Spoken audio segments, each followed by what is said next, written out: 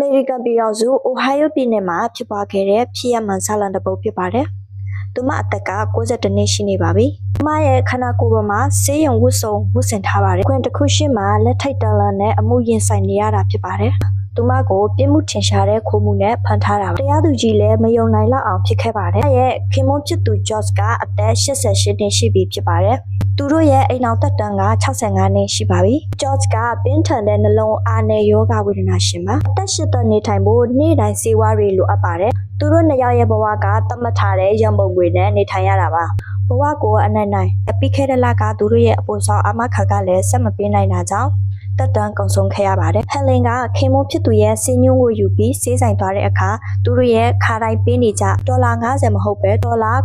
940ဖြစ်နေပါတယ်။အရင်ကအပေါ်ဆောင်အာမခံ supplement insurance ရှိနေတဲ့အတွက်ကြောင့်ဈေးဘိုးရဲ့အများစုကိုအာမခံကကြားခံပြီးဟယ်လင်တို့ကိုဒေါ်လာ50လောက်ပဲပေးရတာပါ။သူမလက်ကြီးတက်ပြန်လာခဲ့ရပါတယ်။3ရက်ကြာအောင်သူမချီရတဲ့ခင်မွန်းဖြစ်သူအသက်ရှူကျပ်ပြီးအဲ့ရတဲ့ရုံးကန်နေရတာကိုကြည့်နေခဲ့ရတာပါ။စိတ်ပြအားငယ်စွာနဲ့ပဲသူမဆေးဆိုင်ကိုပြန်သွားခဲ့ပါတယ်။ဒီလိုနဲ့ဆေးဝါးကျွမ်းကျင်သူကမျက်နှာလွှဲတဲ့အချိန်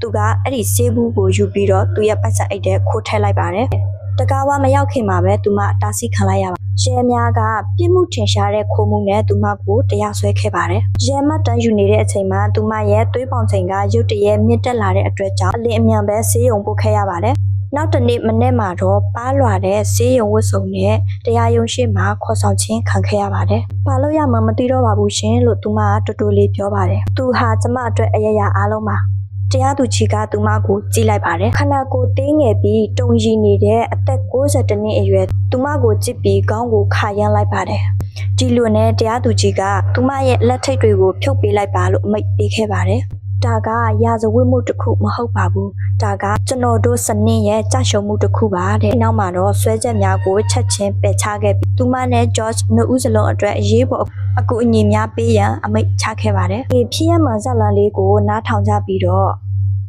ပရိသတ်တို့ကရောဘယ်လိုခံယူချက်မျိုးရရှိပါသလဲရှင်။အနေနဲ့ကတော့ဒီတရားသူကြီးရဲ့စိတ်ထားလေးကိုအယံကိုလေးစားမိပါတယ်ရှင်။ဟုတ်ကဲ့ပါဒါဆိုအဆင်ပြေကြတဲ့သူတယောက်ချင်းစီတိုင်းကိုကျေးဇူးအများကြီးတင်ပါတယ်ရှင်။ Bye bye